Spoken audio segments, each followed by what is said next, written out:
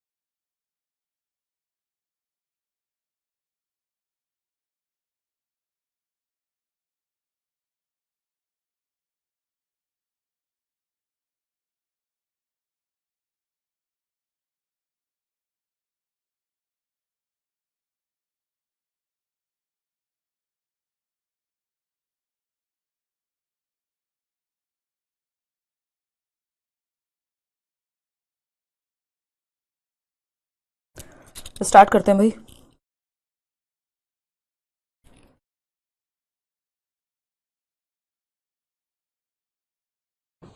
Good evening everyone, this is Himanshi and I welcome you all on career will app. Start करेंगे आज का session और समझेंगे individual differences को, यानी व्यक्तिगत विभिन्नताएं जो हैं वो क्या होती हैं और उनसे कैसे क्वेश्चन बनता है पेपर में। हर बार कम से कम एक क्वेश्चन देखने को मिलता है। व्यक्तिगत विभिन्नताएं जो हैं वो आप ऑलरेडी समझ चुके हैं। यदि आपने सोशलाइजेशन को अच्छे से पढ़ा है, जेंडर को अच्छे से पढ़ा है, चाइल्ड सेंटर्ड एजुकेशन को अच्छे से पढ़ा है, तो ये बिल्कुल बोलते हैं ना last nail in the coffin है कि इन सारे टॉपिक्स के अराउंड ये एक और एड ऑन है। छोटा सा टॉपिक है अगेन, बट इंपॉर्टेंट है। ठीक है ना। मैं पूरे दिन इस टाइम के लिए बहुत एक्साइटेड रहती हूँ आपसे लाइव क्लास लेने के लिए। फरहत कह रही हूँ, बहुत बढ़िया जी। जो लोग फर्स्ट टाइम पे दे रहे हैं, आप सिर्फ बैच में जो आपको कराया जा रहा है जितना, और स्पेशली मेरी क्लास में तो जो चीज आपको कराई जा रही है उतना आप कर लेंगे, आपके नंबर कहीं नहीं गए। 30 में से 30 कितने सारे लर्नर्स हर बार लेकर के आते हैं सिर्फ बैच से बढ़ के, है ना।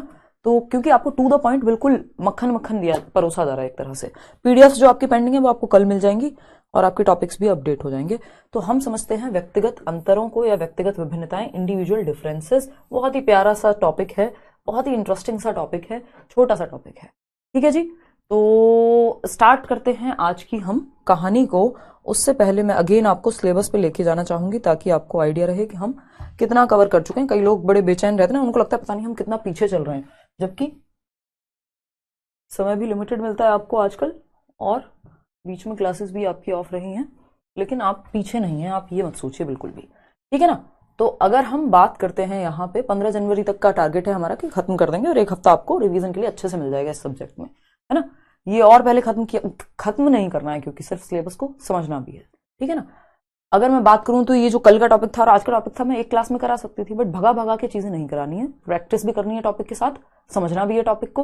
ठीक है ना। नया चैप्टर है बिल्कुल ये सब हम कर चुके हैं। अगर आपको याद दिलाया जाए तो concept of development, principles of development, heredity and environment, socialisation, child centred education, पियाजे वाइगोस्की कोलबर्ग को मैंने जान के छोड़ा हुआ है। अब इसके बाद वही टॉपिक शुरू हो जाएंगे आपके। तो ये 6 में से 4 टॉपिक हमारे हो चुके हैं और ये 15 नंबर की बात चल रही है यहाँ पे। इसके अलावा अगर हम बात कर रहे हैं यहाँ पर, तो ये भी इंडिविजुअल डिफरेंसेस आज हम खत्म कर लेंगे। जेंडर हम खत्म कर चुके हैं। ठीक है जी। तो समझते हैं कि कहानी है क्या, फिर पियाजे वाइगोस्की और कोलबर्ग कर लेंगे। तो इस वीक जैसा हमारी बात हुई थी कि इस वीक हमारा मोर देन 50% सिलेबस खत्म हो चुका होगा और ये ही सिलेबस सबसे ज्यादा मुश्किल या ज्यादा डीप कह लीजिए कि ज्यादा लेंदी होता है। इसके बाद वाला जो है आसान होता है। ठीक है। चलिए खैर समझते हैं कहानी क्या है। पियाजे वाइगोस्की और कोलबर्ग थोड़ा सा कई लोगों को लगेगा, बट उसको भी बहुत अच्छे से आराम से करके चलेंगे। तो इंडिविजुअल डिफरेंसेस का हमारा टॉपिक है आज का, यानी व्यक्तिगत विभिन्नताएं। व्यक्तियों में विभिन्नता होती है, इंडिविजुअल्स में डिफरेंसेस पाए जाते हैं। इंडिविजुअल्स कौन है? मैं और आप, यानी हम सभी व्यक्तियों को हम इंडिविजुअल्स कह रहे हैं। हमने कल भी पढ़ा था चाइल्ड सेंटर्ड एजुकेशन में कि आपको बच्चे को एक इंडिविजुअल आइडेंटिटी है उसकी, ये मान करके चलना है, वो किसी की कॉपी नहीं है, वो आपका छोटा रूप नहीं है, वो अपने आप में एक इंडिविजुअल है, उसकी अपनी एक पहचान है। उसको उस तरह से उतनी ही डिग्निटी, उतनी ही रिस्पेक्ट के साथ आपको पेश आना है और उसको समझने की कोशिश करनी है। हर बच्चा देख के सीखे जरूरी नहीं है, कुछ बच्चे सुन के सीखते हैं, कुछ बच्चे एक्टिविटीज करा के जल्दी सीख जाते हैं। तो बेसिस क्या है इन डिफरेंसेस के? कोई भी दो लोग दुनिया में बिल्कुल एक जैसे नहीं हो सकते। जैसे हमारा जो फिंगरप्रिंट्स हैं वो सेम नहीं होते, वैसे ही दो लोग पूरी तरह सेम नहीं हो सकते। कुछ समानताएं होती हैं हमारे अंदर, लेकिन बहुत सारी विविधताएं भी होती हैं। क्या दिक्कत हो रही है भाई हिंदी सब्जेक्ट में, ये बता दो बस, ठीक है ना? तो बहुत सारी विविधताएं भी होती हैं। जेंडर करा दिया भाई, कहां थे? जेंडर करा चुकी हूं कोमल, है ना? तो अगर हम देखें यहां पर, तो बेसिस ऑफ डिफरेंस क्या है, यानी इन अंतरों का आधार क्या है? अंतर का आधार क्या है? विभिन्नताओं का आधार, यानी ये जो डिफरेंसेस हैं, ये जो विभिन्नताएं हैं, क्लास में अगर 40 बच्चे हैं, 40 के 40 सेम नहीं होंगे, सब भाषाएं डिफरेंट बोलते होंगे, या कुछ बच्चे डिफरेंट भाषाएं बोलते होंगे, पहनावे का तरीका अलग होगा, खाना घर में अलग बनता होगा, है ना? विभिन्नता का आधार, विभिन्नता का आधार यानी अंतरों के कौन से आधार हैं, इस पे चर्चा हो रही है। Understanding differences based on diversity, यानी यूनिटी इन डाइवर्सिटी की हम बात करते हैं, यानी विविधता में एकता की हम बात करते हैं। ठीक है भावना? तो अगर हम देखें यहां पे विभिन्नता में एकता की जब हम बात कर रहे हैं, तो ये किस बेसिस पे विविधता होती है हमारे बीच? भाषा के आधार पे विभिन्नता है, यानी भाषा, कोई पंजाबी बोलता होगा क्लास में, कोई गुजराती बोलता होगा, कोई हिंदी बोलता होगा, किसी के घर में कुछ और भाषा बोली जाती होगी, तो भाषा के आधार पे हम विभिन्न हो गए, हम में डिफरेंसेस हैं। कास्ट के आधार पे, यानी जाति के आधार पे हम विविधता पाई जा सकती है। जेंडर के आधार पे, महिला है, पुरुष है, थर्ड जेंडर है ना? ये क्या, जेंडर के आधार पे हमारी विविधता पाई जा सकती है सोसाइटी में। कम्युनिटी, कौन किस समुदाय से आता है, कुछ समुदाय तो ऐसे होते हैं जो साल भर इधर से उधर ही फिरते रहते हैं बेचारे अपनी रोजी रोटी के चक्कर में, है ना? रिलीजन, धर्म के आधार पे विविधता पाई जाती है। देखिए ये सब विविधताएं पाया जाना is normal, differences are normal. इनको किसी को ऊंचा या किसी को नीचा नहीं दिखाना, इसमें नॉर्मल या फिर कॉमन है। ये बात एक सामान्य सी बात है कि जब मनुष्य हैं तो अगर सब एक जैसे दिखेंगे, एक जैसा बोलेंगे, एक जैसा खाएंगे, तो फिर तो हम सब रोबोट्स बन जाएंगे, चिट्टी बन जाएंगे, ठीक है ना? चिट्टी बन जाएंगे अमन। तो अगर हम कहें फिर तो हम, जो रोबो मूवी आई थी ना जिसमें रजनीकांत थे, तो हम तो फिर चिट्टी बन जाएंगे, सब एक जैसे हो गए, उनकी सारी कॉपीज एक जैसी थी। तो नॉर्मल और कॉमन बात है, ये एक्सेप्टेबल बात है। डाइवर्सिटी को सेलिब्रेट किया जाना चाहिए, ना कि किसी को नीचा और ऊंचा दिखाने के लिए यूज किया जाना चाहिए। बात सही है या नहीं है? इतनी बात सही है। तो विभिन्नता इन सब आधारों पे हो सकती है। हमारी बुद्धि का स्तर बच्चे का अलग हो सकता है, सारे बच्चों का इंटेलिजेंस लेवल सेम हो, कोई जल्दी से समझेगा, किसी को समय लगेगा, किसी को किसी तरीके से समझ में आएगा, दूसरे को दूसरे तरीके से समझ में आएगा। ठीक है, मनोज कल टॉपिक अपडेट हो जाएंगे तो वो जेंडर की क्लास अलग से उस पर लिखा हुआ मिल जाएगा, तो आप कंफ्यूजन आपकी मिट जाएगी। इंडिविजुअल डिफरेंसेस अमॉन्ग लर्नर्स, यानी व्यक्तिगत विभिन्नताएं शिक्षार्थियों में कैसे होती हैं? तो इंडिविजुअल डिफरेंसेस दो प्रकार के होते हैं। एक होते हैं इनहेरिटेड, यानी इनबॉर्न या आंतरिक, जिसको हम कह देते हैं, जो हमें हमारी हेरिडिटी से मिले हैं, है ना? जो हमें हमारी हेरिडिटी से मिले हैं। और दूसरे होते हैं एक्वायर्ड, यानी जिनको हमने क्या किया है, अर्जित किया है अपने एनवायरमेंट से। ठीक, ये दो मुख्य प्रकार हैं जिनकी वजह से जिस तरह के इंडिविजुअल डिफरेंसेस हो सकते हैं। सारे इंडिविजुअल डिफरेंसेस को, यानी सभी तरह की व्यक्तिगत विभिन्नताओं को हम दो भागों में विभाजित कर सकते हैं। पहला है इसमें इनहेरिटेड, यानी जो फिजिकल स्ट्रक्चर, शारीरिक संरचना हमारी हेरिडिटी से मिली है। किसी की हेरिडिटरी कोई गुण हो सकता है, उसका थोड़ा सा जो है बॉडी टाइप अलग होगा, कोई मोटा है, कोई पतला है, उसमें हेरिडिटी का भी कुछ रोल होता ही है। हमारी शारीरिक संरचना, हमारी हाइट, हमारी आवाज, बहुत सारी चीजें, तो शारीरिक संरचना जो है वो हमारी हेरिडिटी से है, यानी इंटरनल या इनहेरिटेड डिफरेंस का टाइप है। मेंटल, यानी आपका इंटेलिजेंस का लेवल, किसी की बुद्धि बहुत शार्प हो सकती है, किसी का एवरेज, किसी का कुछ, ये है। टेम्परामेंटल, कुछ लोग जल्दी से घबरा जाते हैं, तो आप देखेंगे कहीं ना कहीं इनहेरिटेंस में, हेरिडिटी से भी, पेरेंट्स में भी वो टेम्परामेंट पाया जा सकता है। या फिर कुछ लोग होते हैं जो शांत स्वभाव ही होता है, कुछ लोग बहुत एक्सप्रेसिव होते हैं, कुछ लोग नहीं होते हैं, तो उसमें एनवायरमेंट का भी रोल है। लेकिन टेम्परामेंट जो है, आपका स्वभाव भी आपकी हेरिडिटी से काफी हद तक प्रभावित होता है। ठीक है, इतनी बात क्लियर है? कुछ लोग कह रहे हैं इसको जूम कर दीजिए, चलिए जूम कर देते हैं। अगर हम बात करें यहां पे इंडिविजुअल डिफरेंसेस की, तो इंडिविजुअल डिफरेंसेस कैसे हो सकते हैं? इंडिविजुअल डिफरेंसेस आपके इनहेरिटेड यानी आपको प्राप्त हो सकते हैं अपनी हेरिडिटी से, यानी आपका शारीरिक ढांचा, जो बॉडी टाइप है आपका, मेंटल यानी कि इंटेलिजेंस आपकी, टेम्परामेंटल यानी स्वभाव, जो बेसिक स्वभाव है वो, ठीक है ना। एक्वायर्ड क्या है, अब ऐसा नहीं है इन तीनों ही चीजों पे आपके एनवायरमेंट का प्रभाव नहीं पड़ेगा, बट इनको हम इनहेरिटेड ज्यादा मानते हैं, एनवायरमेंट का प्रभाव कम मानते हैं इस पे। एक्वायर्ड क्या है, जिस सोशल स्ट्रक्चर में आप रहते हैं, क्या सामाजिक सांस्कृतिक स्थिति है, कल्चर क्या है, आप भारत में पैदा हुए तो अलग तरह के कपड़े, अलग तरह की सोच, अलग तरह के ग्रंथ आपने पढ़े होंगे, आप अमेरिका में होते तो अलग तरह के समाज में आप बड़े होते, कैसी एजुकेशनल अपॉर्चुनिटीज आपको मिली हैं, कैसी शैक्षिक व्यवस्था के साथ आप बड़े हुए हैं, और इमोशनल एस्पेक्ट, आपने बहुत मारधाड़ देखी है अपने आसपास, आपने बहुत सुकून देखा है, तो वो सारा एस्पेक्ट भी आपके इमोशनल मैनेजमेंट को प्रभावित करता है। तो इंडिविजुअल डिफरेंसेस के जो आधार हैं वो एक प्रकार है इनहेरिटेड, दूसरा है एक्वायर्ड। तो हमारे अंदर जो अंतर है वो इन्हीं सब रीजंस की वजह से है कि हमारा फिजिकल स्ट्रक्चर डिफरेंट है ना, हमारा मेंटल लेवल डिफरेंट है, टेम्परामेंट स्वभाव अलग होता है, कि समाज संस्कृति भाषा संप्रदाय या कैसी एजुकेशन हमें मिली है, कैसा इमोशनल माहौल रहा है जब हम बड़े हो रहे थे, तो ये सारी चीजें आते हैं। इसको आप ऐसे भी देख सकते हो कि भाई इनहेरिटेड मतलब physical, mental, temperamental, social, cultural, environmental, emotional जो भी एस्पेक्ट हैं, आप बहुत पॉल्यूशन में रह रहे हैं, कैसे रह रहे हैं, तो ये आपका इंडिविजुअल डिफरेंस के अंदर एक्वायर्ड वाले ट्रेट में आ जाएगा। अब इन इंडिविजुअल हम सभी अपने रंग रूप, अपनी रुचियों में यानी अपने interest, aptitude, shape, size, looks सब में डिफरेंट है ना। डिफरेंट डिफरेंट बच्चे आपको मिलेंगे, किसी को किसी सब्जेक्ट में इंटरेस्ट होगा, किसी को किसी सब्जेक्ट में इंटरेस्ट होगा, लेकिन आपको ये बात एक्सेप्ट करनी है एज अ टीचर कि ये ठीक है, it is okay to be different. ऐसा नहीं आप ये कहें तुम शर्मा जी की बेटी जैसी बन जाओ, तुम बेटे जैसे बन जाओ, तुम फलाने जैसे बन जाओ, वो देखो वो बच्ची कितनी अच्छी है। आपका बच्चा किसी और चीज में अच्छा होगा, जो उसके अंदर की क्षमताएं हैं, जो उसके इंटरेस्ट हैं, आप उनको पानी दीजिए, उनको खाना पानी दीजिए, उनको आप कॉन्ड्यूसिव एनवायरमेंट देकर के ग्रो कराइए, ठीक है ना। तो ये बात ठीक है। तो अगर हम देखें यहां पे, तो इंडिविजुअल डिफरेंसेस को टैकल करने के या डील करने के आपके तरीके क्या हो सकते हैं, पेडागोजिकल वेज क्या हो सकते हैं। पेडागोजिकल वेज का मतलब, पेडागोजी होती है साइंस ऑफ टीचिंग या आर्ट ऑफ टीचिंग, की पढ़ाएं कैसे, तो हमारे मेथड्स कैसे होने चाहिए। इफेक्टिव का मतलब प्रभावी तरीके कौन से हैं व्यक्तिगत विभिन्नताओं के साथ डील करने के लिए। तो आपके सामने कुछ तरीके मैंने लिखे हुए हैं। पहला है इंटीग्रेशन ऑफ कंटेंट, यानी सामग्री का एकीकरण, यानी जो भी आप पढ़ा रहे हैं एक सब्जेक्ट से दूसरे सब्जेक्ट को जोड़ के पढ़ा सकते हैं। सामग्री का एकीकरण, यानी जब आप फिजिक्स पढ़ा रहे हैं तो वो मैथ से भी संबंधित है, जब आप कोई लैंग्वेज का चैप्टर पढ़ा रहे हैं या आप हिस्ट्री पढ़ा रहे हैं, मान लीजिए भारत में स्वतंत्रता संग्राम की कहानी पढ़ा रहे हैं, तो जब बच्चा वो इतिहास जान रहा है तो वो भाषा भी तो सीख रहा है, किस भाषा के माध्यम से वो बात वहां हुई। तो सब्जेक्ट्स को इंटीग्रेट करके कनेक्टेड, कुछ टॉपिक्स कनेक्टेड होते हैं, उनको उस तरह से पढ़ाना।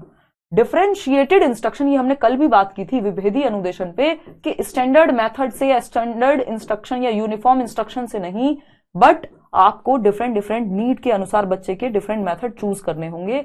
विभेदी अनुदेशन इंडिविजुअल नीड्स को, इंडिविजुअल डिफरेंसेस को ध्यान में रखकर देनी होगी। अपने मेथड्स में परिवर्तन करना बच्चे की रुचि के अनुसार या उसकी आवश्यकता के अनुसार डिफरेंशिएटेड इंस्ट्रक्शन कहलाता है। एबिलिटी ग्रुपिंग को कहते हैं हम क्षमता समूहन।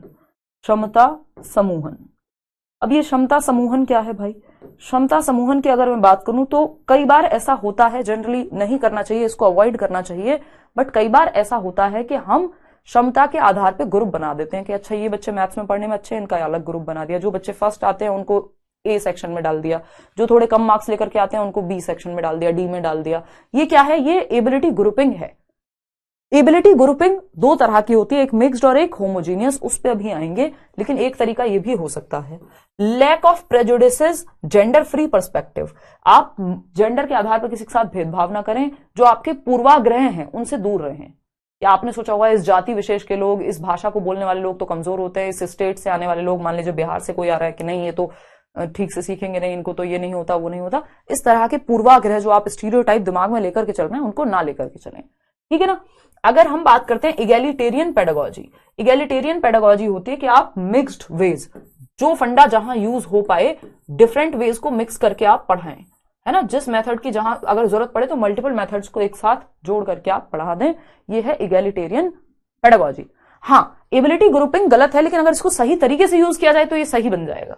देखते हैं कि करके क्या कहानी है। अगर हम देखें यहां पर तो हम कह सकते हैं, इसको हिंदी में लिखा हुआ है सामग्री का एकीकरण, यानी कनेक्टेड वे में पढ़ाइए। विभेदी अनुदेशन, बच्चे की नीड को ध्यान में रख करके आप इंस्ट्रक्शन चूज कीजिए। क्षमता समूहन यानी एबिलिटी के आधार पर ग्रुप में बांटना। पूर्वाग्रह का अभाव यानी पूर्वाग्रह को कम करना या नहीं होना चाहिए पूर्वाग्रह। लिंग मुक्त दृष्टिकोण होना चाहिए, आप जेंडर के आधार पे बच्चे को बच्चे की तरह ट्रीट करें, ना कि ये कहें तुम लड़की हो तुम नहीं सीख सकती, तुम्हें स्पोर्ट्स में नहीं जाना चाहिए। समतावादी शिक्षा शास्त्र यानी कि जहां जैसी नीड हो, जैसे मेथड्स को मिक्स करने की जरूरत पड़े शबनम, आपको वो कर देना है बच्चे की भलाई के लिए। अब टाइप्स ऑफ एबिलिटी ग्रुपिंग, जो हम क्षमता समूहन की बात कर रहे थे वो क्या है। देखिए, दो प्रकार की एबिलिटी ग्रुपिंग होती है क्षमता समूहन, एक विद इन क्लास कह देते हैं और दूसरा होता है बिटवीन क्लास ग्रुपिंग। ठीक है, विद इन क्लास क्या है, are teachers practice of putting students of similar ability into a small group usually for reading और मैथ इंस्ट्रक्शन। यानी कि आपको पता है कि ये 4 बच्चे हैं, 5 बच्चे हैं, 6 बच्चे हैं, ये इनका इंटरेस्ट एक तरह के टॉपिक में है, इनको कहानियां पढ़ना बहुत अच्छा लगता है या सबकी लैंग्वेज एबिलिटी अच्छी है, तो आपने ग्रुप बनाया, ग्रुप ए, जिसमें मान लीजिए 5 बच्चे हैं और वो सेम क्षमता रखते हैं, उनको सबका लेवल जो है लगभग सेम है और वो मिलकर के उनको इंटरेस्ट भी है, रीडिंग के लिए ग्रुप बना दिया है ना, 5 बच्चे मिलकर के पढ़ रहे हैं। ये क्या हुआ, सिमिलर एबिलिटी यानी समान क्षमता वाले बच्चों को जब आपने एक ग्रुप में डाल दिया तो इसको कहते हैं विद इन क्लास ग्रुपिंग या होमोजीनियस ग्रुपिंग भी कह देते हैं। होमोजीनियस का मतलब होता है एक रूपता, एक जैसी क्षमता वाले बच्चे एक ग्रुप में हैं। दूसरी क्या ग्रुपिंग है जिसको बिटवीन क्लास कहते हैं। विद इन का मतलब है एक ही जैसे, बिटवीन का मतलब है multiple mixed. Schools practice of separating students into different classes, courses और course sequence, curricular tracks based on their academic achievement. इसको ट्रैकिंग भी कहते हैं, इस एबिलिटी ग्रुपिंग को। अगर हम बात करें तो sequences, curricular tracks based on their academic achievement. जब हम किसी एक सब्जेक्ट के लिए, किसी एक टास्क के लिए एक जैसे बच्चों को ले रहे हैं तो विद इन क्लास। लेकिन जब हम क्या कर रहे हैं बिटवीन क्लास, क्या कर रहे हैं, एकेडमिक अचीवमेंट के आधार पे आपने बांट दिया है ना, या सेपरेट कर दिया इनटू डिफरेंट क्लासेस, अलग अलग सेक्शन, अलग अलग कोर्सेज में आपने मिक्स्ड बच्चों को लिया है तो वो विद इन क्लास हो जाएगा। यानी डिफरेंट एबिलिटी वाले बच्चे, हेट्रोजेनस ग्रुपिंग बेटर रहती है। हेट्रोजेनस ग्रुपिंग जो है या बिटवीन क्लास बेटर है क्योंकि यहां डिफरेंट एबिलिटी वाले बच्चे होंगे। यानी एक बच्चा है जो 35% लाता है, दूसरा बच्चा है जो 95% लाता है, मिलके एक दूसरे से सीख रहे होंगे, तो ये अच्छा है हेट्रोजेनस। अगर जरूरत पड़े तो ग्रुपिंग हेट्रोजेनस होनी चाहिए या विद इन क्लास बजाय की बिटवीन क्लास होनी चाहिए, ना कि विद इन क्लास के। इसको ट्रैकिंग भी कहते हैं। ठीक, एजुकेशनल इंप्लीकेशन क्या है इस टॉपिक की, बहुत छोटा सा टॉपिक है, खत्म हो गया ये मान लीजिए। अब हम कुछ क्वेश्चंस करेंगे, इससे क्वेश्चन कैसे पूछे जाते हैं देखिएगा। एजुकेशनल इंप्लीकेशन या शैक्षिक अनुप्रयोग क्या है भाई, शैक्षिक अनुप्रयोग, इसको शिक्षा में या क्लासरूम में कैसे अप्लाई करेंगे ये देखते हैं। हाँ, इंपॉर्टेंट क्वेश्चंस आपके रहते हैं जो लास्ट में मैं कराती हूँ क्योंकि वो क्वेश्चंस आए हुए होते हैं या उसी के तर्ज पे होते हैं। हाँ भाई, अगर किसी का स्पोर्ट्स में इंटरेस्ट है तो उसको आपने स्पोर्ट्स वाले बच्चों को अलग कर दिया, तो ये जरूरी होता है कई बार, है ना, कि आपने विद इन क्लास कर दी।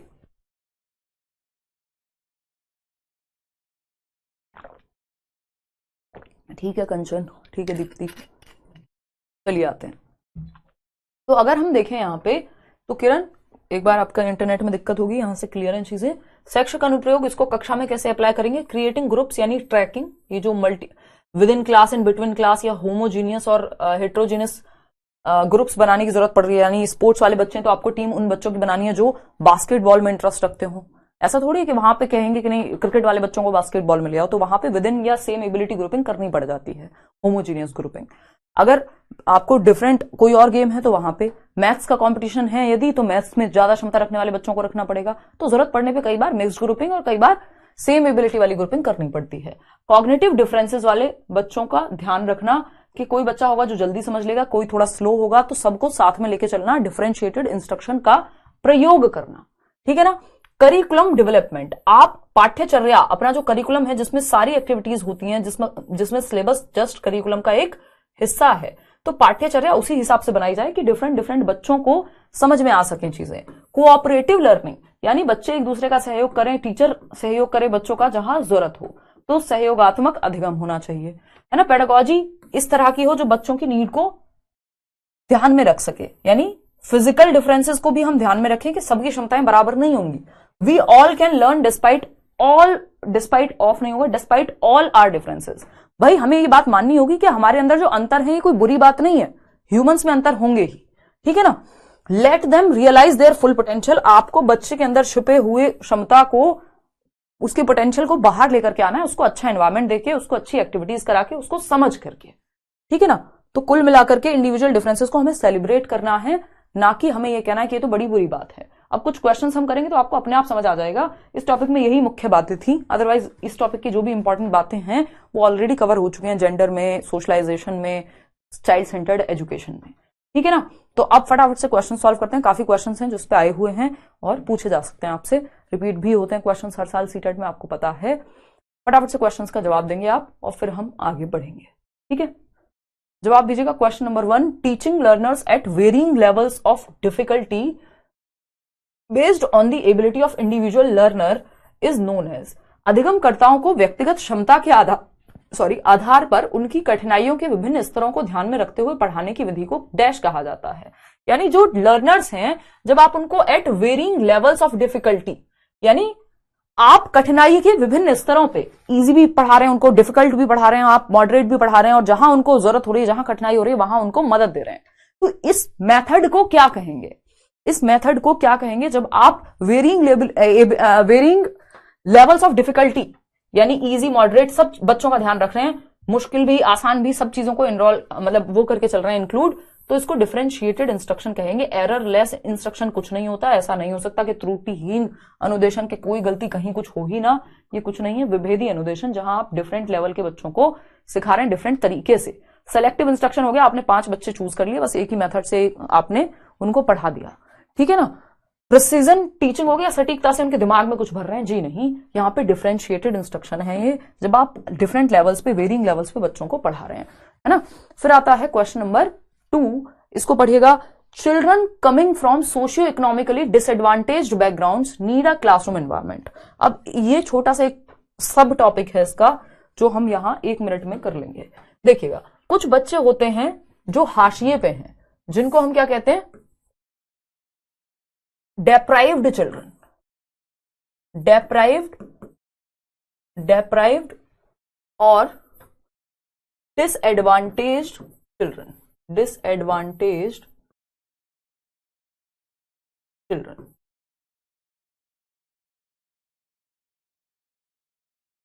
ठीक है। यानी वंचित या अलाभान्वित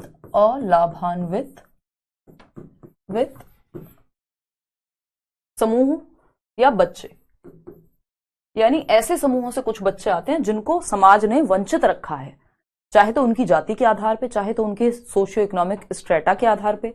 ये डेप्रिवेशन किस आधार पे हो सकता है? ये डेप्रिवेशन, ये जो वंचित बात है, ये जेंडर के आधार पे हो सकती है एट टाइम्स, ये आपके कास्ट के आधार पे हो सकती है, ये आपके सोशियो इकोनॉमिक स्टेटस के आधार पे, कि सामाजिक आर्थिक स्थिति से आप वंचित रह गए, कि आपकी कास्ट वाले लोगों को लोगों ने कह दिया ये तो अछूत हैं, इनको पढ़ने का कोई अधिकार नहीं है, तो दबे रह गए आप किसी वजह से। या आपने देखी होंगी कुछ ट्राइब्स होती हैं आपकी, जो एक जगह से दूसरी जगह मूव करती रहती हैं, जो बर्तन वगैरह बनाते हैं, आपने देखा होगा, वो उनमें भी क्या होता है कि वो बेचारे एक जगह से दूसरी जगह मूव करते रहते हैं और उनको एक ठिकाना नहीं होता, तो उनके बच्चों को भी तो आपको पढ़ाना है।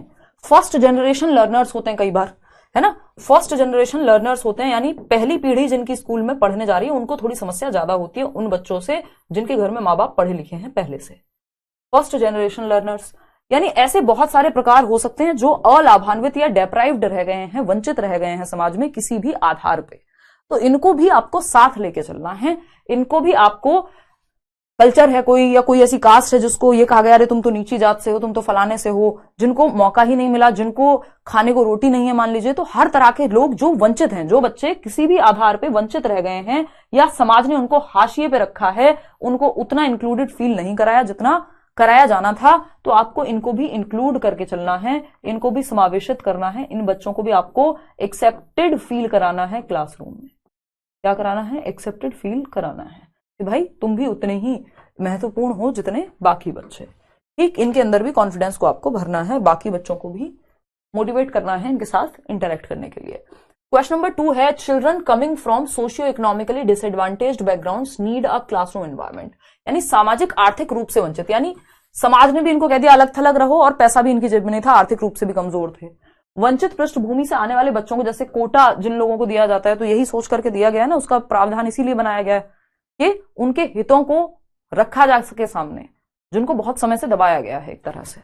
तो discourages the use of their language so that they learn the main stream language, यानी ऐसे बच्चों की जो भाषा है, जो भी भाषा वो बोलते हैं, कोई ट्राइबल लैंग्वेज हो सकती है, जो ट्राइब से आ रहे हैं वो किसी एक, तो उनकी भाषा को आप डिस्करेज करेंगे नहीं। आपको बच्चा जो भी घर से लेके आ रहा है उसको एनकरेज करना है।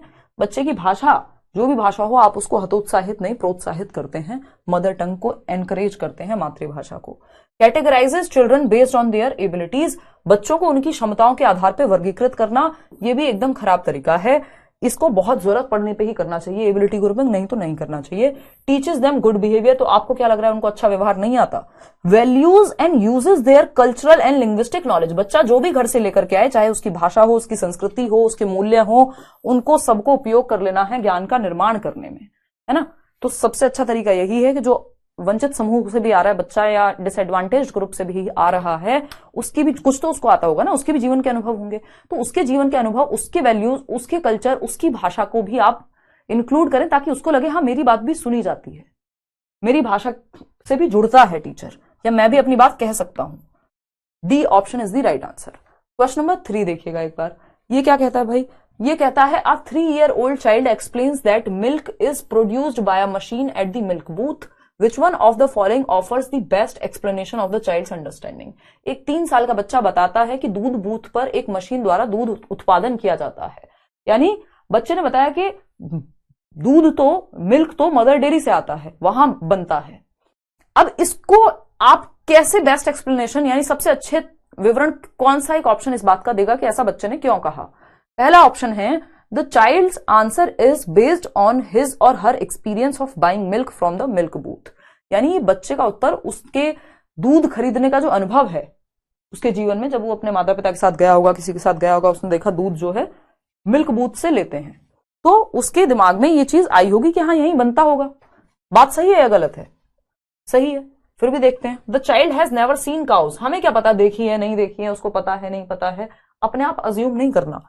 The child's family does not offer a stimulating environment, but अच्छा परिवार ने अच्छा वातावरण नहीं दिया कि उसको पता नहीं है कि गाय या भैंस दूध देती है या बकरी दूध देती है। ये कहना भी गलत होगा। आपको परिवार पे अटैक नहीं करना, और आप क्यों अज्यूम कर रहे हैं ऐसा, है ना। हमें बस इतना पता है कि बच्चे ने अपने अनुभव के आधार पर उत्तर दिया है, ठीक है जी। फिर आता है the child has very limited exposure of the world, हमें बच्चे में कमियां नहीं निकालनी, बच्चे का जो अनुभव रहा है उसके आधार पे उसने जवाब दे दिया, अब आप इसमें कमी मत ढूंढिए, ठीक है ना। सिंपल बात कि बच्चे का उत्तर दूध बूथ से दूध खरीदने के अपने अनुभव पर आधारित है, जो उसका एक्सपीरियंस उसने लाइफ में किया उसके आधार पर उसने जवाब दे दिया कि भाई दूध जो है मिल्क बूथ से आता होगा। क्वेश्चन नंबर 4 देखिएगा एक बार, ये क्या कहता है भाई, ये कहता है in an elementary classroom it is important to dash the experiences that a child brings with her, प्राथमिक कक्षा में उन डैश अनुभवों के लिए महत्वपूर्ण है जो एक बच्चा अपने साथ लाता है, यानी घर से बच्चा जो भी ला रहा है उसको नेग्लेक्ट, इग्नोर नहीं करना, डिनाई नहीं करना, बिल्ड ऑन करना है, यानी एक्सेप्ट करना है, उनको जोड़ना है, बच्चे के पूर्व ज्ञान को, उसकी ओल्ड नॉलेज को कनेक्ट करना है, जो वो ऑलरेडी जानता है। नोन टू अननोन जाना कहते हैं इसको, कि जो ज्ञात से अज्ञात की ओर बच्चे को जो आता है, जो भी वो घर से लेकर के आया है, जो अपने साथ लाया है, चाहे वो उसकी भाषा हो, उसका अनुभव हो, उसके आसपास के एनवायरमेंट से सीखी हुई बातें हों, उन पे आपको बिल्ड ऑन करना है। जैसे नींव के ऊपर इमारत बनाई जाती है ना, उन पे उन्हें शामिल करके उनका संचय करना है और आगे की नॉलेज प्रदान करनी है। ज्ञात से अज्ञात जाना है, प्रीवियस नॉलेज से न्यू नॉलेज की ओर, पूर्व ज्ञान से नए ज्ञान को जोड़ना है। ज्ञात से अज्ञात की ओर, ज्ञात से अज्ञात की ओर, ये एक मैक्सिम भी है। एग्जाम्पल टू रूल जिसको हम कह देते हैं इंडक्टिव मेथड। बिल्कुल हो जाएगा फैजा। इतनी बात क्लियर है या कोई दिक्कत परेशानी दर्द समस्या इस बात को समझने में हो रही है? ठीक है ना। डिनाई नहीं करना कि जो अनुभव, जो भाषा, जो भी तुम लेके आए हो घर से वो सब खराब है, नहीं, उसको एक्सेप्ट करना है, बिल्ड ऑन करना है, उसके ऊपर आगे बढ़ाने, उसको नींव की तरह देखना है। क्वेश्चन नंबर 5 देखिएगा एक बार, ये क्या कहता है भाई, समझते हैं। The primary cause of individual variations is, यानी व्यक्तिगत विविधताओं का प्राथमिक कारण क्या है, मुख्य कारण क्या है? एनवायरमेंटल इन्फ्लुएंस, के पर्यावरण की वजह से ऐसा हो रहा है। सिर्फ पर्यावरण, हेरिडिटी कहां जाएगी भाई? हमारे अंदर अंतर सिर्फ पर्यावरण की वजह से है, हेरिडिटी की वजह से भी है। अभी हमने समझा था एक इनहेरिटेड, एक कॉज है, एक कारण है इंडिविजुअल डिफरेंस का, इनहेरिटेड ट्रेट्स जिसमें हमारा इंटेलिजेंस, जिसमें हमारी और फिजिकल स्ट्रक्चर, ये सारी चीजें, टेम्परामेंट, ये हमारा एक इनहेरिटेड पार्ट है, और दूसरा है एनवायरमेंटल या एक्वायर्ड ट्रेट। इन दोनों की वजह से हम सब भिन्न होते हैं। सिर्फ एनवायरमेंट, सेम एनवायरमेंट में दो बच्चे होंगे फिर भी अंतर पाया जाएगा। क्यों? क्योंकि हेरिडिटी डिफरेंट है, दोनों का इंटरेक्शन डिफरेंट है। तो डेवलपमेंट तो किसका प्रोडक्ट है? हेरिडिटी और एनवायरमेंट का। ठीक है ना? बहुत बढ़िया। दिनेश कह रहे हैं मैं अपने एरिया का, कोई कह रहा है 3 साल का बच्चा खरीद कैसे सकता है दूध। सोनी, तर्क सही तरीके से लगाना है हमें पेपर में। क्वेश्चन आपका अच्छा है, लेकिन हमें ये समझना होगा कि वो खुद से खरीदने गया ऐसा लिखा है यहाँ? भाई उसके पिताजी गए होंगे, उसने देखा होगा किसी को खरीदते हुए, है ना? वो उसका अनुभव है। अनुभव ये नहीं होता जब आप ही खुद से लेकर के आ रहे हैं दूध, उसको अनुभव कहेंगे। किसी के साथ जाना, किसी चीज को देखना, टीवी में देखना, वो भी तो अनुभव है ना? तो अगर हम बात करें सिर्फ एनवायरमेंटल इन्फ्लुएंस नहीं, the complex interplay between the heredity and the environment, यानी आनुवांशिकता और पर्यावरण के बीच जटिल परस्पर क्रिया। डेवलपमेंट क्या है? डेवलपमेंट बराबर हेरिडिटी इंटू एनवायरमेंट, विकास आनुवांशिकता एवं वातावरण का गुणनफल है, product of heredity and environment. हाँ, धनेश कह रहे हैं देखिए मैं अपने एरिया का फर्स्ट हायर स्टडी लर्नर हूं, है ना? जैसे अगर मैं बात करूं तो मेरी मदर जो बताती हैं, अपने आसपास के कई गांव तक जनरली बोल दिया जाता है कि 7 गांव में भी कोई लड़की उस समय पे पढ़ती नहीं थी जिस समय पे उनके फादर ने उनको पढ़ाया, और वो अभी दिल्ली में लेक्चरर हैं, तो 11th-12th को हिंदी पढ़ाती हैं, पीजीटी कहते हैं।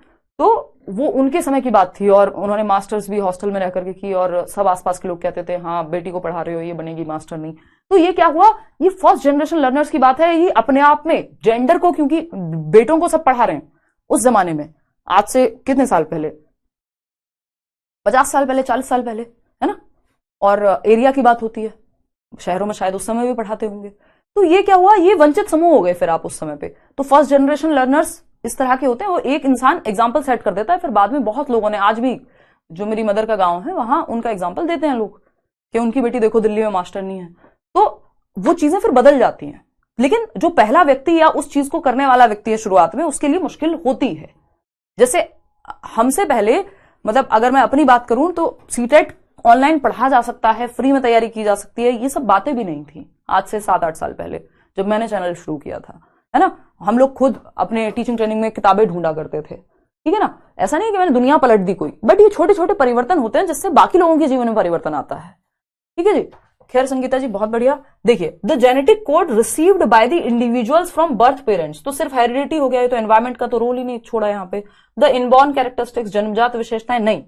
कॉम्प्लेक्स इंटरप्ले, आनुवांशिकता और वातावरण के बीच जटिल परस्पर क्रिया की वजह से हम सब में विभिन्नता पाई जाती है, नहीं तो हम एक जैसे ना हो जाते। इवन ट्विंस में भी अंतर पाए जाते हैं, जो बच्चे एक साथ पैदा हो रहे हैं वो भी बिल्कुल सेम नहीं होते। क्वेश्चन नंबर 6 देखिएगा, we all differ in terms of our intelligence, हम सब अपनी बुद्धि के आधार पर अलग होते हैं। हमारी अभिप्रेरणा, हर कोई मोटिवेटेड नहीं होता सेम चीज के लिए। हमारी रुचियां, हमारा इंटरेस्ट सेम नहीं होता। दिस प्रिंसिपल रेफर्स टू, यानी हम सभी अपनी बुद्धिमत्ता, यानी सबका बुद्धि का स्तर अलग होगा। किसी को चीजें जल्दी समझ में आएंगी, किसी को कम, किसी का स्तर बीच में है, एवरेज है, लो है। ठीक है ना? अगर हम देखें नाजिया, तो प्रेरणा की अगर हम बात करें, मोटिवेशन का लेवल अलग होता है सबका। कोई बहुत ज्यादा मोटिवेटेड होता है तो अपनी मुश्किल हालातों से भी लड़के जो है बहुत आगे चला जाता है। कुछ लोगों को सब कुछ मिल जाता है तब भी वो नहीं आगे बढ़ते। क्यों? क्योंकि वो मोटिवेटेड ही नहीं है उस चीज के लिए। रुचि की अगर हम बात करें, रुचि मतलब इंटरेस्ट, यानी आपका इंटरेस्ट किस चीज में है, आदि के संदर्भ में विभिन्न है। हम सबका इंटरेस्ट सेम चीज में नहीं होता, बुद्धि सेम नहीं होती, प्रेरणा सेम नहीं होती। यह सिद्धांत किसको संदर्भित करता है? Theories of intelligence. सिर्फ इंटेलिजेंस की बात थोड़ी हो रही है, या मोटिवेशन की भी बात हो रही है, इंटरेस्ट की भी बात हो रही है। इंडिविजुअल डिफरेंसेस का सिद्धांत है, ये व्यक्तिगत विभिन्नताओं का सिद्धांत है कि हमारे अंदर व्यक्तिगत विभिन्नताएं या व्यक्तिगत मतभेद मिलते हैं। हम सभी सेम नहीं होते। अपने इंटरेस्ट, एप्टीट्यूड, एटीट्यूड क्या है? हमारा देखने का नजरिया। एप्टीट्यूड क्या है? किसी स्किल को करने की क्षमता आपके अंदर कितनी है।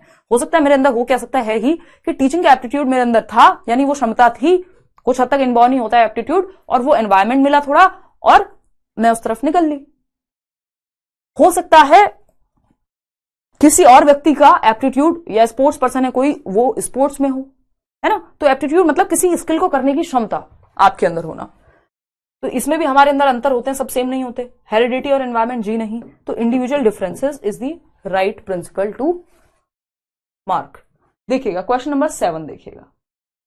क्वेश्चन नंबर 7 देखिएगा, what kind of support can a school provide to address the individual differences in students, यानी एक स्कूल छात्रों को व्यक्तिगत विभिन्नताओं को संबोधित करने के लिए किस तरह का समर्थन प्रदान कर सकता है, यानी सभी बच्चे अलग हैं, इस चीज को बेहतरी के साथ कैसे डील किया जा सकता है स्कूल के द्वारा।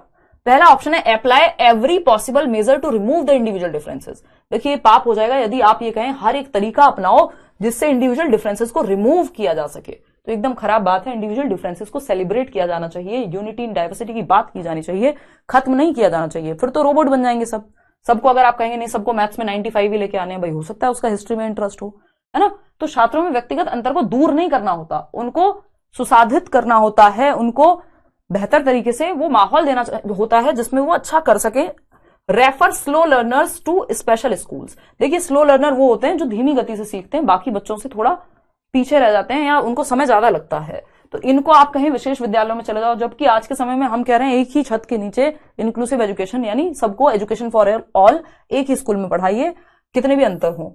Follow same level of curriculum, नहीं, लेवल ऑफ करिकुलम भी डिफरेंशिएटेड होना चाहिए, विभिन्न अलग अलग विभिन्नता होनी चाहिए करिकुलम में भी, इंडिविजुअल डिफरेंसेस को ध्यान में रखते हुए अलग अलग एग्जाम्पल, अलग अलग आप बुक में देखेंगे कोई बच्चा, एक कहानी है आपकी ईवीएस में जब आप 1st to 5th की एनसीईआरटी पढ़ते हैं कि एक बच्चा है जो, या आप एसएसटी की भी पढ़ेंगे, एक बच्चा है जिसकी बात हो रही होगी, कोई महाराष्ट्र के बच्चे के बारे में जिक्र हुआ होगा, कोई किसी और गांव के बच्चे के बारे में जिक्र हो रहा होगा, कहीं शहरों के बारे में जिक्र हो रहा होगा, यानी हर तरह के बच्चे को इंक्लूड किया जा सके। Follow a child centred curriculum, बिल्कुल बच्चे को केंद्र में रखा जाए ऐसा करिकुलम बनाइए, ऐसे सिलेबस, ऐसी एक्टिविटीज इंक्लूड करिए, ऐसे कल्चरल एक्टिविटीज कराइए क्लासरूम में कि हम बच्चे को सेंटर में रख पाए और बच्चों में विभिन्नता होती ही है। And provide multiple learning opportunities, अलग अलग तरीके से सिखाने वाले शिक्षक और बच्चों को सेंटर में रखने की बात होनी चाहिए, उससे ही बेहतर तरीके से डिफरेंसेस को टैकल किया जा सकता है। क्वेश्चन नंबर 8 देखिएगा, ये क्या कहता है भाई, समझिए। इंक्लूसिव एजुकेशन 5 नंबर का टॉपिक है, अलग से कराऊंगी, don't worry. Regarding learners individual differences the teacher should, शिक्षार्थियों के व्यक्तिगत मतभेदों के बारे में शिक्षक को निम्न में से क्या करना चाहिए, यानी जो इंडिविजुअल डिफरेंसेस हैं कि सारे बच्चे सेम नहीं होंगे, इंडिविजुअल्स में डिफरेंस पाया जाएगा, इसके लिए टीचर को क्या करना चाहिए। Provide a variety of learning situations, विभिन्न प्रकार की सीखने की स्थिति प्रदान करें। किसी बच्चों को आप मैदान में खेलने को मौका दे रहे हैं, कभी आप फील्ड ट्रिप पे ले जा रहे हैं, आप क्लासरूम में भी पढ़ा रहे हैं, एक्टिविटी भी करा रहे हैं, ग्रुप में भी सिखा रहे हैं, तो मल्टीपल तरीके आप सिखाने के पेश कर रहे हैं, है ना अमन। तो अगर हम बात करें, हाँ यूट्यूब पे लूंगी यार आज class, provide a variety of learning situations, variety बहुत ही अच्छा शब्द है। Most of the time uses algorithm, सिर्फ एल्गोरिथम होते हैं सेट पैटर्न्स किसी काम को करने के, स्टेप बाय स्टेप तरीके, तो इससे फायदा नहीं होगा, हर बच्चा स्टेप बाय स्टेप मेथड से नहीं सीखेगा। Solve the problems based on deductive method, सिर्फ डिडक्टिव क्यों, इंडक्टिव का भी यूज करो। देखो इंडक्टिव मेथड होता है जब आप एग्जाम्पल टू रूल जाते हैं, डिडक्टिव मेथड होता है जब आप रूल टू एग्जाम्पल जाते हैं, जबकि छोटी क्लासेस में आपको इंडक्टिव का इस्तेमाल ज्यादा करना चाहिए। फिर आता है D option, provide facts to students to memorize them, रट्टा कभी नहीं लगवाना बच्चे को, जहां मेमोराइज लिखा हो, रिकॉल लिखा हो, ऐसे ऑप्शन से दूर भाग जाइए जब तक नॉट ना लिखा हो। तो वेराइटी ऑफ लर्निंग सिचुएशंस या variety of learning styles, different तरीके से सिखाया जाए, इसी को तो डिफरेंशिएटेड इंस्ट्रक्शन कह रहे हैं हम। क्वेश्चन नंबर 9 देखिएगा एक बार, क्या कह रहे हैं भाई क्वेश्चन नंबर 9 में, school should cater to individual differences to, स्कूलों को व्यक्तिगत अंतर को कैसे केटर करना चाहिए, पूरा नहीं, पूरा लिखने को लिख सकते हैं ये, बट कैसे संदर्भित करना चाहिए, कैसे टैकल करें जो व्यक्तिगत विभिन्नताएं वाले बच्चे हैं। Make individual students feel exclusive, हर बच्चे को आप विशेष महसूस कराएं, अरे वाओ तुम तो सबसे बेहतर हो, तुम तो सबसे अलग हो। एक्सक्लूसिव नहीं, इंक्लूसिव फील कराना है, सबको क्लास में क्या कराना है, एक्सेप्टेड या समावेशित महसूस कराना है कि आप भी महत्वपूर्ण है कक्षा में, ठीक है ना। मिल जाएंगे MD. Even out abilities and performance of students, यानी सबकी क्षमता को बराबर कर दो, छात्रों की योग्यता और प्रदर्शन के बीच अंतर समाप्त कर दो। इवन आउट का मतलब है सबको सेम कर दो, नहीं। Narrow the gap between individual students, यानी गैप खत्म कर दो, सबको रोबोट्स बना दो, नहीं। Understand why students are able or unable to learn, भाई व्यक्तिगत विभिन्नताओं से आपको ये पता लगता है कि कुछ बच्चे किसी चीज को सीखने में सक्षम क्यों हैं और कुछ बच्चे क्यों असक्षम रह जाते हैं और किसको क्या सिखाना चाहिए, ये आप जान पाते हैं जब आप इंडिविजुअल डिफरेंसेस को समझते हैं तो, ठीक है ना, कि किसको क्या सिखाना चाहिए। सारे बच्चे सेम चीज नहीं सीखेंगे, मछली पेड़ पे चढ़ने के लिए नहीं बनी है और बंदर पानी में तैरने के लिए नहीं बना है, ये आपको समझ आ जाता है कि हम इंडिविजुअल डिफरेंसेस से ये समझ पाते हैं। एल्बर्ट आइंस्टाइन ने कहा है ना, अगर आप मछली को उसके पेड़ पे चढ़ने की क्षमता से जज करेंगे तो मछली पूरे जीवन खुद को ये सोचते हुए निकाल देगी कि यार मैं कितनी नालायक हूं, मैं कितनी बेकार हूं, मैं कितनी अनेबल हूं कुछ भी करने में, मैं तो योग्य ही नहीं हूं। जबकि आपको बच्चे की क्षमता को समझना है कि मछली उड़ने के लिए नहीं बनी है, मछली पानी के लिए बनी है, तैरने के लिए बनी है, बंदर चढ़ने के लिए बना है पेड़ पे, शेर दौड़ने के लिए बना है। तो इसी तरह से अलग अलग बच्चों में अलग अलग क्षमताएं हैं। ठीक है जी। क्वेश्चन नंबर 10 देखिएगा एक बार। Regarding learners individual differences the teacher should, शिक्षार्थियों या अधिगमकर्ता की व्यक्तिगत विभिन्नताओं के संदर्भ में शिक्षिका को क्या करना चाहिए। पहला ऑप्शन है provide a variety of learning situation. सबसे बढ़िया है वैरायटी वर्ड कि आप डिफरेंट तरीके के विविध प्रकार की अधिगम परिस्थितियों को उपलब्ध कराएं जहां बच्चे सीख पाएं। ठीक है ना। डिफरेंट मेथड, डिफरेंट पेडागोजीज, जिसको हमने अभी समझा भी था, egalitarian pedagogy, mixed methods, solve the problems based on deductive method. सिर्फ डिडक्टिव मेथड पे ही क्यों, most of time use algorithm, खराब तरीका। प्रोवाइड फैक्ट, सिर्फ फैक्ट दे दो जिससे रट्टे लगा ले, नहीं। बच्चा सबसे ज्यादा एक्टिव ए ऑप्शन में है। ठीक है जी। आगे बढ़ेंगे, हमें बच्चे के हित में देखना है कौन सा ऑप्शन बच्चे के हित में जा रहा है। क्वेश्चन नंबर 11 देखिएगा एक बार और जवाब दीजिएगा। मैं लास्ट में आपके डाउट लूंगी। An effective teacher in a classroom where students come from diverse backgrounds would, यानी जिस कक्ष में विविध पृष्ठभूमि से बच्चे आ रहे हैं, अलग अलग जाति, समूह, भाषा, स्टेट, अलग अलग तरह के बच्चे हैं, उसको कैसे डील किया जाना चाहिए, उस क्लासरूम में कैसे तरीके से हम पेश आए।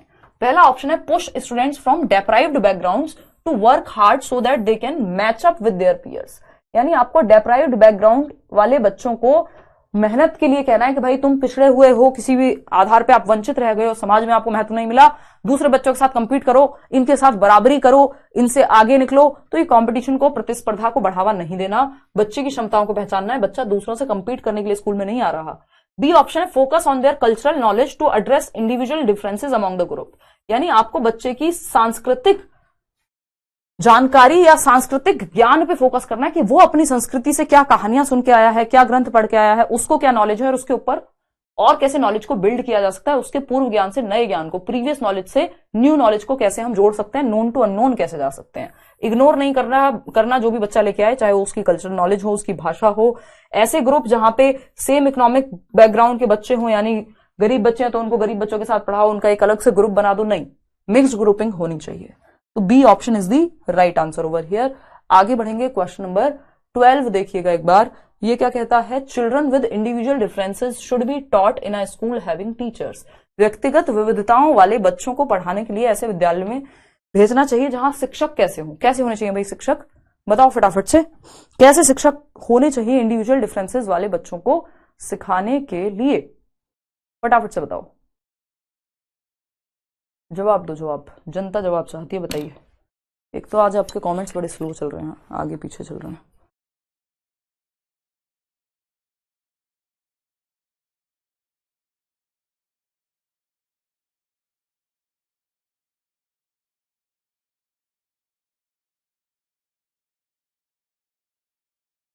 देखिएगा एक बार,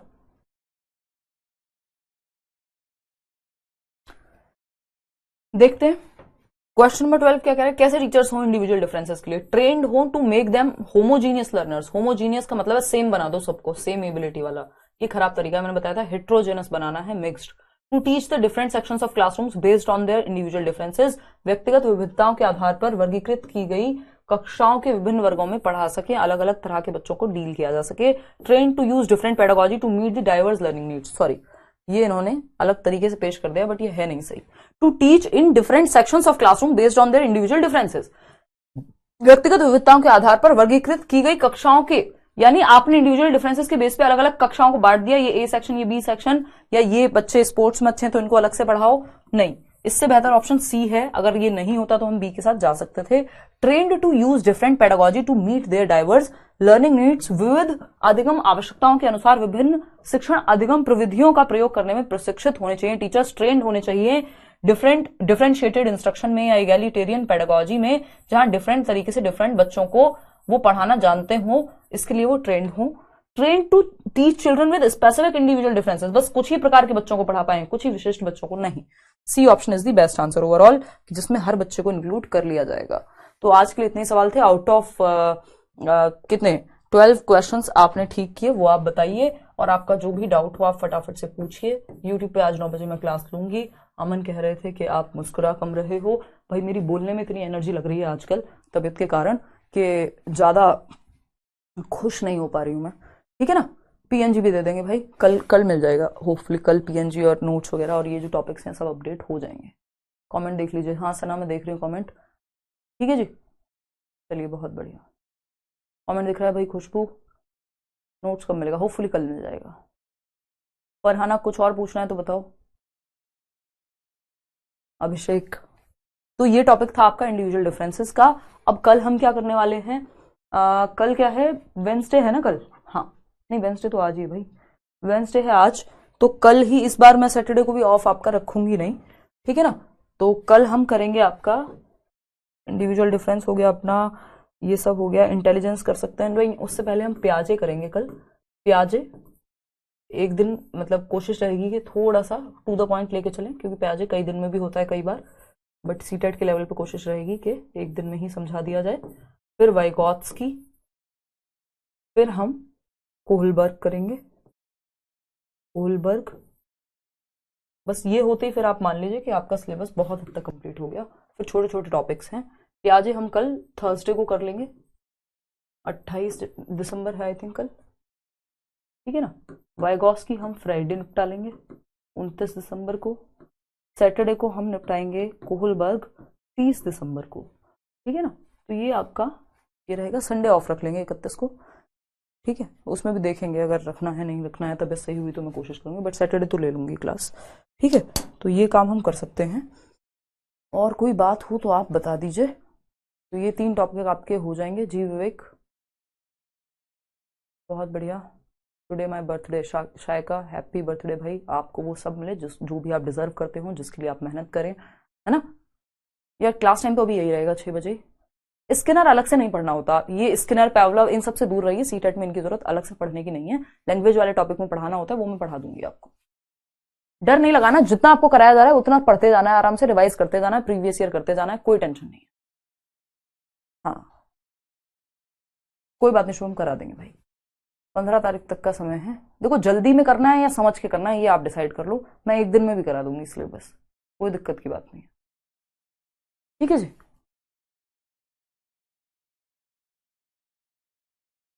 हाँ विद इन का मतलब है सेम तरीके के बच्चे हों, जहां सेम क्षमताओं वाले। बिटवीन का मतलब है जहां डिफरेंट एबिलिटी के बच्चे हों। तो बिटवीन बेटर है या हेट्रोजेनस ग्रुपिंग बेटर है होमोजीनियस से? मैं एक बार फिर से बता देती हूँ, 12 करेक्ट है आपकी वजह से, तब ये थोड़ी बेटर है। थैंक यू आकांक्षा। देखो मैं आपको 1 मिनट में बता देती हूँ, क्योंकि क्या हो गया भाई इसको, ये बोर्ड ही अटक गया हमारा। हाँ देखना एक बार, होमोजीनियस ग्रुपिंग होती है एक, तो होमोजीनियस ग्रुपिंग, ये एबिलिटी ग्रुपिंग का ही पार्ट आप कह सकते हो, होमोजीनियस ग्रुपिंग। देखो आपको बच्चों को होमोजीनियस नहीं बनाना, ये आप ध्यान रखिएगा। होमोजीनियस का मतलब होता है एक रूपता, यानी एक ही जैसे बच्चे, एक ही क्षमताओं वाले बच्चों को आपने एक ग्रुप में ऐड कर लिया। वो क्या सीखेंगे? कुछ नया तो सीख नहीं पाएंगे एक दूसरे से। एक रूपता, समूहन कह लीजिए आप इसको, ग्रुपिंग यानी समूहन, ठीक है। इससे आपको बच के रहना है, ये आपको नहीं कराना है ना, इससे आपको बच के रहना है। A big no for this, ठीक है। अगर हम बात कर रहे हैं यहां इसकी, दूसरा टाइप क्या है? दूसरा टाइप है हेट्रोजेनस ग्रुपिंग, हेट्रोजेनस ग्रुपिंग,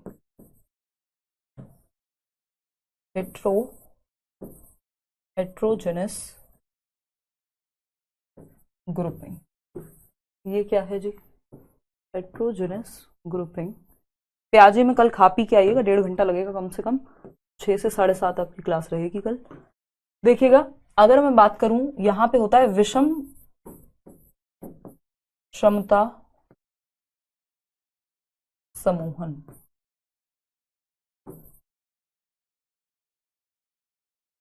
मतलब क्या है इसका? यानी डिफरेंट एबिलिटी वाले बच्चे यहां होंगे, डिफरेंट या मिक्स्ड बच्चे, मिक्स्ड क्षमताओं वाले बच्चे। तो एक दूसरे से ज्यादा सीख पाएंगे। कोई बच्चा होगा जो ज्यादा इंटेलिजेंट होगा, कोई बच्चा होगा थोड़ा कम होगा, किसी को मैथ्स में इंटरेस्ट, किसी को किसी में इंटरेस्ट, तो इसको हेट्रोजेनस ग्रुप आप बनाइए, और लेकिन एक रूपता मत बनाइए, यानी सेम एबिलिटी वाले बच्चे हमको नहीं चाहिए, एक ग्रुप में मिक्स्ड होने चाहिए एक क्लास में भी, ठीक है ना, ताकि बाकी बच्चे भी एक दूसरे से सीख पाए। तो ये बात आपको ध्यान रखनी है।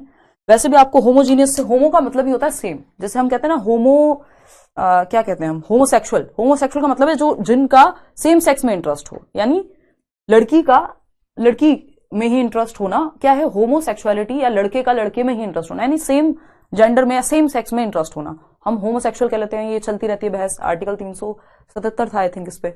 हेट्रोजीनियस क्या है, हेट्रोसेक्सुअल होता है, हेट्रो का मतलब है डिफरेंट, डिफरेंट सेक्स में इंटरेस्ट, यानी फीमेल का मेल में इंटरेस्ट, मेल का फीमेल में इंटरेस्ट, ये हेट्रोसेक्सुअल हो गया। तो हेट्रोसेक्सुअल ग्रुप अच्छा है, इसका मतलब ये नहीं है कि हेट्रोसेक्सुअल कपल्स अच्छे हो गए, होमोसेक्सुअल कपल्स को या होमोसेक्सुअलिटी को खत्म कर दें दुनिया से, वो खराब बात है, वो उस सेंस में मैं नहीं कह रही हूं। यहाँ पे होमोजीनियस का मतलब है यहाँ पे कि सेम एबिलिटी वाले बच्चों को, ये याद रखने के लिए है। होमो का मतलब सेम होता है, तो सेम एबिलिटी वाले बच्चों को नहीं, आपको हेट्रोजेनस विषम क्षमता समूहन करना है, ठीक है। अब कोई और बात हो तो आप बता दीजिए, नहीं तो आज की क्लास को यहीं समाप्त करते हैं, कल मिलेंगे, है ना, कल मिलेंगे 6 बजे। प्याजे पढ़ेंगे, इंपॉर्टेंट है प्याजे, आपको पता ही है, कई क्वेश्चंस जो है प्याजे से इस बार पूछे जा रहे हैं, वैसे भी आते ही हैं हर बार क्वेश्चंस। तो आज के लिए इतना ही रखते हैं, धन्यवाद आपका, कल मिलेंगे 6 बजे, है ना, कल 6 से 7:30 का समय आपको लग जाएगा, ठीक है। चलिए फिर खत्म करें आज की कहानी। कमेंट्स पता नहीं क्यों आपके इतने स्लो आ रहे हैं आज।